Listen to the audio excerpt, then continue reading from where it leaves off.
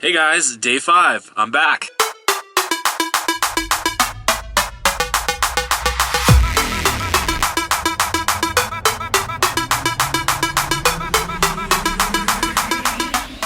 Oh my god, this is going to be a long one. A lot of stuff has happened, so just hold tight here. So I left you guys off. I was in Reno and was trying to make a decision as to where I would go. Decided that I'd probably head south because I wanted to go to Wyoming, Yellowstone, but it is so dang snowy right now.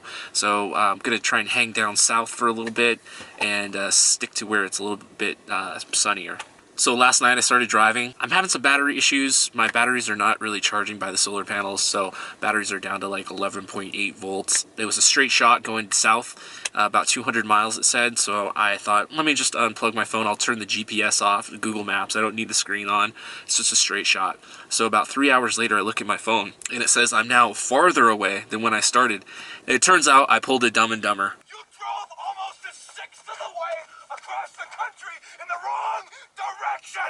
That's right, I drove northeast instead of driving south. I decided to pull over to Walmart and just slept there for the night. And there was a lot of RVs at this particular Walmart. I was really hoping to make it to this halfway point too, because there was a city, I forget the name of it, but it was known for stargazing because there's not a lot of city lights. I was really hoping, I was looking forward to getting some video of that, but sorry. So in the Walmart parking lot, I just woke up and started editing some videos. So I ended up going inside a Walmart. I got some non-stick spray and a soft toothbrush, because this hard toothbrush, when it's cold in the van, it gets actually like harder and it just like rips at my gums. And what do you guys think of this toothbrush? It's pretty cool, huh? And that morning I had a salad. So I decided instead of going south, maybe this is a sign. Maybe I need to keep up with my original plan and just keep driving to Salt Lake City. So that's what I did. So I kept driving, and then I stopped at a Pilot gas station to fill up on gas. I like to fill up when I'm about halfway, at the halfway mark, get it full again. And gas was really cheap, so I took advantage of it. It was like $2.45. That's cheap. I come from the Bay Area. It's about $3.30. I heard from another van dweller that you can use these loyalty cards at Pilot. So I asked the cashier for one of these loyalty cards, and then I asked about the free showers, and they said that that only applies to truck drivers. You have to get diesel fuel, and this thing doesn't run on diesel, so I can't get showers. But they were cool, and I came back with a coffee in hand, and she said, "Is that all you're getting, a coffee?" And then she just goes, "Thumbs up, have a good day." And I was like, yes, dude, I scored a coffee. So that Pilot is pretty awesome. The Chevron across the street, nobody was there. They charge more for gas for some reason. Pilot is actually pretty competitive. But that's okay, I don't need a shower from Pilot. I've got my own onboard shower here. So I'm always on the lookout for a new place to shower. And saw this dirt road off the freeway. I thought I'd go explore it a little bit.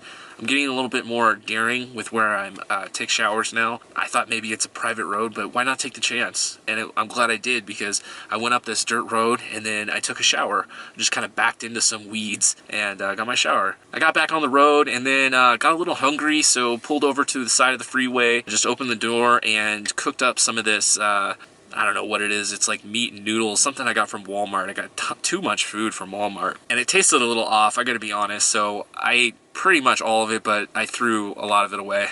I gotta say though, that non-stick spray that I got, in conjunction with a spray bottle for water and then some Dawn soap and then paper towels to wash it out, that actually worked pretty good this time. And I also used that scouring sponge. So shout out to a channel, One Awesome Inch.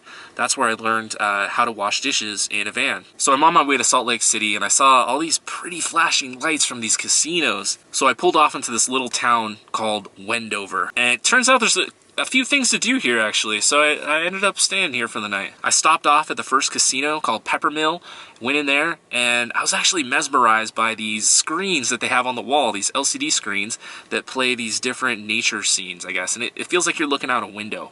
And right after I took this one shot here, the security guard started following me, and it looked like he was right on my tail, ready to pounce in case I was like using my camera inside of the casino area. So with that, I left and got back in my van, and then I opened up the app called TripAdvisor, and it alerted me to this Bonneville Salt Flats. It's on Interstate 80, exit 4, and I noticed it was just in time for a sunset, so I pulled off at the first little place that I could and set up my little tripod and did this little time lapse here. I don't know, you guys think it's cool? I even made my fool of myself and jumped around, ran around a little bit, and then even got on the bike and started riding around. And that little flashy thing on the bike wheel is called a monkey light. I got that from my brother as a gift. It's pretty awesome. And then I drove down to the Salt Flats after the sunset and just to see where it goes. And got these little shots here. And the Bonneville Salt Flats, they do a lot of races out here, car races, and it's also known for having a lot of car commercials filmed here. So after that, I drove back to the gas station and I got some ice. I saw this trucker. He was pushing his semi. Somehow his semi had run out of gas and he was pushing it up to the pump. Just this one guy. So I offered some help. With my help, we got it a little bit farther, but I've got this broken wrist from my last trip and I started feeling the pain. Luckily, 2 other people saw us pushing, and they lent a hand too. And we were able to get a semi up to the gas pump. After that, I drove back to Wendover, and Wendover is pretty interesting. One side is in Nevada, and that has all the casinos, and then the other side is in Utah. So I went back to the Nevada side, and I wanted to check out this Wendover Will. It's supposedly an old sign that has been revitalized or something like that. But anyway, it was pretty cool. You can see the van. I parked it right under there. And then after that, another thing recommended on TripAdvisor was the Gold Nugget Casino. And it was really nothing special. It looked really old, drab. But I gotta say, there was this pretty cool lobby area where it was like a jungle. All the lights were turned off, but there was some running water in there. And these were real tropical plants in there. Maybe they were, I'm not sure. I noticed that there was a sky bridge connecting to another casino across the street. So I spent a good 15 minutes looking for this thing. I couldn't find it. So I eventually asked somebody, and it turns out that it was on the 4th floor, and it's unmarked. There's no signs. And it's almost like they don't want their customers to go over there. So this other casino was much nicer. It was just so much brighter and cleaner inside. And it was time for dinner. So I wanted to get a little something. So I went into this restaurant, and I got a gluten-free burger, which was kind of silly because they put this bread out there, and I'm sure that wasn't gluten-free, but it was really affordable. This thing came to $8.75. And then after that, it's time for me to retire for the night, go home to my bed on wheels. But as I was doing that, I realized, oh man, I should probably use the restroom real quick. So I went back into the casino, used the restroom, and left. Got back to the van, started putting my stuff away, tried to find my phone, couldn't find it, started panicking. I got my sandals on, and I huffed it all the way back to the casino. I ran real fast. And now I'm sweating. I'm panicking. I look in the bathroom. There is no phone. My phone is gone. So I go to the front desk, and I ask for security. They take me back into this room, and I see all of the cameras that they have in there, and some of the mug shots of like people that they're not supposed to let in the casino. I reported it stolen, and then I called my phone number and I left a message. I gave up, and I went back to the van. I did one more look for it, started shaking my blankets, and what do you know? The thing falls on the ground. I was so happy. I was so happy that I wasn't out $1,000 for a new phone. So I think from now on, I'm going to be editing these videos at night opposed to the morning so that I can make the most out of my daylight hours. So where do you guys think I'll go to next?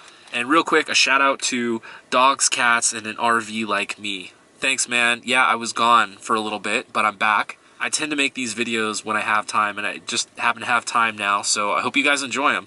And I agree with you. As van dwellers, we need to stick together. We should do more shout outs for each other. That way we can alert other people to other van dwellers out there. I'm totally for that. So if you guys haven't checked them out, check out Dogs, Cats, and RV Like Me. Alright guys, see you tomorrow.